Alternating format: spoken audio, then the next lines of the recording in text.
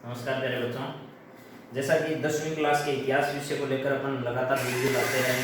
पहला चैप्टर अपना चल रहा है, जिस पर मैंने सबसे पहले महाजनपदों के बारे में एक वीडियो डाला। महाजनपद के बाद मौर्य काल की स्टार्टिंग जो पृष्ठभूमि है, उस पृष्ठभूमि के बारे में आपको मैंने बताया था कि सिकंदर जब वापस लौट जाता है और सिकंदर वापस लौट जाने के बाद मगध का जो राजा होता है घनानंद, उस घनानंद के अहंकार को चकनाचूर करने के लिए चाणक्य चंद्रगुप्त को तैयार करता है और घनानंद का अंत करता है। घनानंद के अंत के बाद वहां मौर्य साम्राज्य की स्थापना होती है। मौर्य साम्राज्य का कार्य जो है वो लगभग 323 से लेकर लगभग 187 बीसी के आसपास माना जाता है। मैंने आपको बताया था बीसी का मतलब जीरो से पहले का काल है, यानी ये अगर आप एक जीरो वाली रेखा लेते हो जहां से अपना टाइम पीरियड शुरू होता है, तो 323 बीसी से लेकर के लगभग ये मानकर चलो 128 बीसी के आसपास या 127 बीसी के आसपास, ये आप तय कर सकते हो। लगभग ये माना जाता है कि 323 से लेकर के 198 बीसी के आसपास का जो टाइम पीरियड है, ये मौर्य काल का समय है। किसका है? मौर्य काल का। मौर्य काल। ये मौर्य शब्द कैसे पड़ा?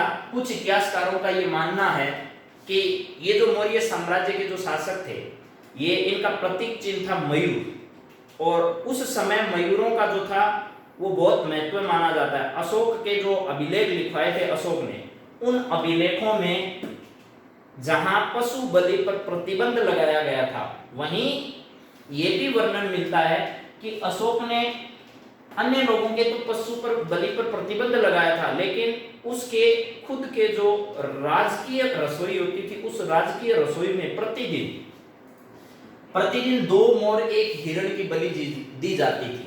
तो मयूर का विशेष महत्व माना जाता था। इस वजह से मौर्य शब्द का प्रयोग किया। कुछ इतिहासकार इस बात को मानते हैं, लेकिन कुछ इतिहासकारों का यह मानना है कि चंद्रगुप्त मौर्य जो था, उसकी माता का नाम था मूरा। क्या नाम था? मूरा। ठीक है, उस मूरा के नाम पर इस साम्राज्य का नाम क्या पड़ा? मौर्य साम्राज्य पड़ा। तो चलिए आज अपन बातचीत करना चाह रहे हैं थोड़ी सी इस मौर्य काल के बारे में। 323 से लेकर के लगभग 278 ईस्वी के आसपास, लगभग कितना? 278 के आसपास मान लो, या 297 के आसपास। 323 से लेकर के 297, ठीक।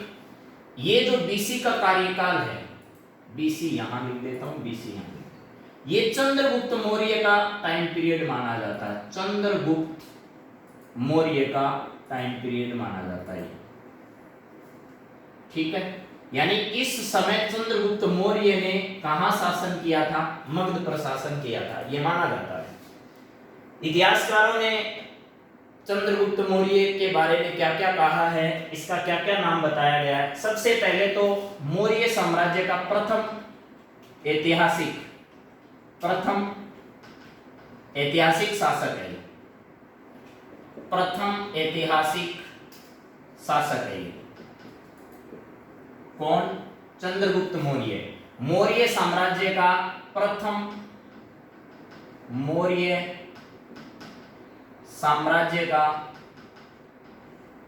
प्रथम ऐतिहासिक शासक कौन है?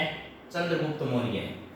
इसके बाद देखिए इस शासक की जानकारी कहां से मिलती है, तो मैंने आपको कुछ बातें बताई थी। देखो, मौर्य साम्राज्य के बारे में जानकारी के स्रोत बताए थे। पहला स्रोत आप लोगों को बताया था कि एक तो है इंडिका नामक पुस्तक, ठीक। इंडिका किसने लिखी थी? मेगस्थनीज ने लिखी थी। मेगस्थनीज कौन था? ये सेल्यूकस निकेटर का राजदूत था, ठीक है। दूसरा, इसके बाद मैंने आप लोगों को बताया था एक चाणक्य या कौटिल्य।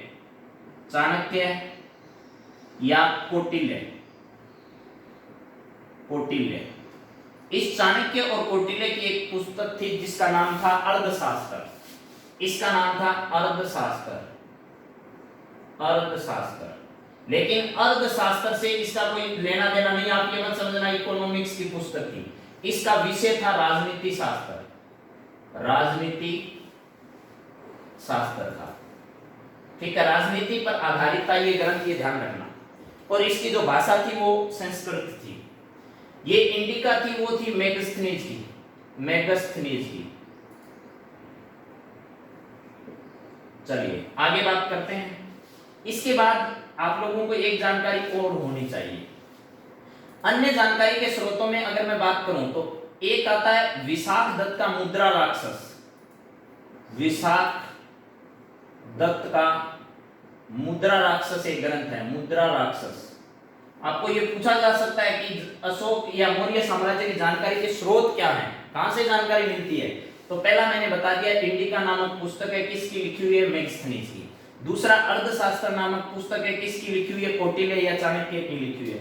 फिर अगली पुस्तक है मुद्रा राक्षस, मुद्रा राक्षस किसकी पुस्तक है, विशाख दत्त की पुस्तक है। इसके बाद आता है वृहत कथा मंजरी, कथा मंजरी। एक आता है कथा सरित सागर, कथा सरित सागर।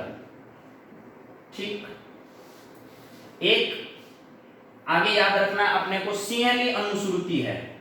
कौन सी है, सिंहली अनुश्रुति।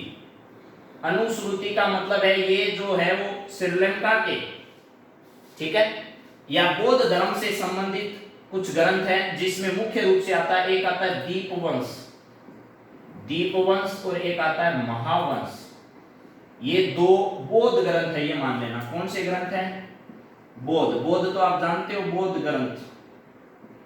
ठीक, एक है सोमदेव का कथा सरित सागर, इसका रचनाकार कौन है, सोमदेव, सोमदेव का कथा सरित सागर।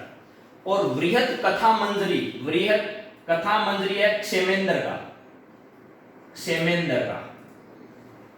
और इसके बाद आते हैं अशोक के शिलालेख, अशोक के शिलालेख। अशोक ने जो शिलालेख लिखा है वो आपके लिए बहुत इंपॉर्टेंट है। इन इतने चीजों से हमें जानकारी मिलती है। एक और लिख देता हूं, जूनागढ़ का, जूनागढ़ गुजरात में है, और उस जूनागढ़ से जो अपने को एक अभिलेख मिला है, जूनागढ़ अभिलेख लिख देता हूं। चलो, जूनागढ़ अभिलेख, रुद्रदामन का जूनागढ़ अभिलेख कहा जाता है, वैसे इसको जूनागढ़ अभिलेख लिख देता हूं, रुद्रदामन का जूनागढ़ अभिलेख। ये इतने इस मौर्य साम्राज्य की जानकारी के स्रोत हैं, याद करना है अपने को। इंडिका पुस्तक मेगस्थनीज की, चाणक्य की अर्थशास्त्र, विशाख दत्त की मुद्रा राक्षस, कथा सरित सागर सोमदेव की, वृहत कथा मंजरी क्षेमेंद्र की, और सिंहली अनुश्रुति, यानी ये बौद्ध ग्रंथ हैं, जिसमें एक है दीपवंश और एक क्या है, महावंश। अशोक के शिलालेख, अशोक के शिलालेख पूरे विस्तार से अपन पढ़ेंगे। एक है गुजरात में जूनागढ़, वहां से रुद्रदामन के अभिलेख आपको प्राप्त हुए हैं। ये सब मौर्य साम्राज्य की जानकारी देते हैं। तो अब आते हैं चंद्रगुप्त मौर्य को क्या क्या कहा गया। एक तो कहा गया एंड्रोकोटस, एंड्रोकोटस, एक कहा गया सेंड्रोकोटस, सेंड्रोकोटस। ये दोनों नाम किसके, ये दोनों नाम चंद्रगुप्त मौर्य के। किसने दिए, यूनानी इतिहासकारों ने दिए। यूनानी जो इतिहासकार हैं उन्होंने क्या क्या नाम दिया, एंड्रोकोटस और सेंड्रोकोटस। ये नाम देने वाले मुख्य रूप से थे प्लूटार्क, प्लूटार्क, ठीक है। इसमें कई इतिहासकार थे, ठीक है, एंड्रोकोटस और सेंड्रोकोटस। मुख्य रूप से इसमें कौन सा आता है, प्लूटार्क आता है। चलिए इसके बाद एक बात और करते हैं। 305 बीसी के आसपास चंद्रगुप्त मौर्य ने सेल्यूकस निकेटर के साथ युद्ध किया। अब आपको समझ में आ रहा होगा सेल्यूकस निकेटर कौन था। सेल्यूकस निकेटर कौन था, ये आपको मालूम चल रहा है क्या? मैंने इसके बारे में पहले ही बता दिया। ये था सिकंदर का उत्तराधिकारी। सिकंदर का क्या था, उत्तराधिकारी था। 305 बीसी में चंद्रगुप्त मौर्य ने सेल्यूकस निकेटर के साथ युद्ध किया और युद्ध में इसे पराजित कर दिया। समझ गए? युद्ध में क्या कर दिया? सेल्यूकस निकेटर को पराजित। जब सेल्यूकस निकेटर पराजित हो गया तो इस सेल्यूकस निकेटर ने क्या किया, एक तो अपनी जो बहन थी, अपनी पुत्री हेलना, इसका एक अन्य नाम कार्लेनिया भी मिलता है, कार्लेनिया, हेलना या कार्लेनिया दोनों याद रखने आपको, कोई सा भी नाम आ सकता है, हेलना या कार्लेनिया। पुत्री हेलना या कार्लेनिया का विवाह किससे कर दिया? इसका विवाह कर दिया उसने चंद्रगुप्त मौर्य से, चंद्रगुप्त मौर्य से इसका विवाह कर दिया। ठीक है जनाब। अब ये चंद्रगुप्त मौर्य से जब विवाह किया तो इसको दहेज में क्या क्या दिया सुनो। आजकल दहेज क्या है और उस जमाने में दहेज में क्या क्या मिलता था सुनना जरा। जमाने में 4 प्रांत दे दिए इसको, 1 2 3 4, 4 प्रांत का मतलब 4 राज्य दे दिए दहेज में। कौन कौन से? एक दिया हेरात, एक दिया काबुल और एक दिया कांधार और एक दे दिया इसको मकरान। याद कर लोगे प्यारे बच्चों। देखिए सेल्यूकस निकेटर को 305 बीसी में पराजित किया, पुत्री हेलना या कार्लेनिया का विवाह चंद्रगुप्त मौर्य से किया, हेरात, काबुल, कांधार, मकरान, ये 4 प्रांत जो थे वो किस में दे दिए? दहेज में दे दिए। इसके साथ साथ क्या किया, एक इसका जो राजदूत था, मैंने बताया था मेगस्थनीज था, किसका राजदूत? सेल्यूकस निकेटर का। इस सेल्यूकस निकेटर ने अपने राजदूत मेगस्थनीज को कहां भेजा? इसको भेजा चंद्रगुप्त मौर्य के दरबार में। चंद्रगुप्त मौर्य के दरबार में किसको भेज दिया? मेगस्थनीज को चंद्रगुप्त मौर्य के दरबार में। इसके बदले क्या किया सुनो। चंद्रगुप्त मौर्य ने इतना सब कुछ लेने के बाद क्या किया? 500 हाथी दान में दे दिए। 500 हाथी किस में दे दिए? दान में दिए साहब। किसको दिए? ये दिए सेल्यूकस निकेटर को। आपको इतनी जानकारी समझ में आ गई होगी प्यारे बच्चों। देखो इसको कहा जाता है एंड्रोकोटस, सेंड्रोकोटस, यूनानियों ने कहा, ठीक, यूनानी इतिहासकार सेंड्रोकोटस कहने वाले मुख्य रूप से थे प्लूटार्क। ठीक है, 305 बीसी में सेल्यूकस निकेटर जो था इसके साथ इसका युद्ध हुआ, जिसमें सेल्यूकस निकेटर की हार हुई। उसने अपनी पुत्री हेलना या कार्लेनिया का विवाह चंद्रगुप्त मौर्य से किया और इसके साथ साथ चंद्रगुप्त मौर्य के दरबार में मेगस्थनीज को भेजा। 4 प्रांत दहेज में दिए, हेरात, काबुल, कांधार और मकरान। और सुनो, इसके बदले में चंद्रगुप्त मौर्य ने क्या किया? चंद्रगुप्त मौर्य ने ये किया कि भाई 500 हाथी किस में दे दिए? दान में दे दिए। इसके बाद क्या हुआ सुनना प्यारे बच्चों। अंतिम बात, 2-3 बात एक और बता देता हूं आपको इस चंद्रगुप्त मौर्य के बारे में। 2 आदमी हैं, एक का नाम है भद्रभाऊ, एक का नाम क्या है? भद्रभाऊ, और एक का नाम है स्थूलभद्र। अब सुनो जरा, जब चंद्रगुप्त मौर्य अपने अंतिम समय में था तब इस भद्रभाऊ के साथ कर्नाटक में एक जगह है जिसका नाम है स्वर्ण-बेलगोला।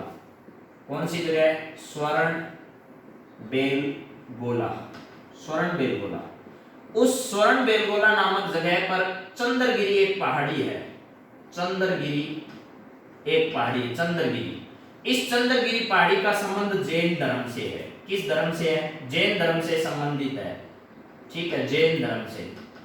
और ये भद्रभाऊ का संबंध भी किस धर्म से है? जैन धर्म से है। ये भद्रभाऊ के कहने पर अपने अंतिम समय में जैन धर्म को स्वीकार कर लेता है और जैन धर्म स्वीकार करके ये इस भद्रभाऊ के साथ दक्षिण में, देखो कर्नाटक आपको पता होगा यहाँ है, केरल से ऊपर, ठीक है, यहाँ केरल है और केरल से जस्ट ऊपर यहाँ मान लो ये कर्नाटक आपका। इस कर्नाटक में एक जगह है स्वर्ण-बेलगोला, वहां चंद्रगिरी पहाड़ी है, वहां चला जाता है और जैन धर्म को अपना लेता है। जैन धर्म में एक प्रथा है संलेखना पद्धति। संलेखना। उस संलेखना पद्धति में क्या होता है कि लोग भोजन पानी सब कुछ छोड़ देते हैं, यहां तक भोजन बिल्कुल नहीं लेते हैं संलेखना पद्धति में।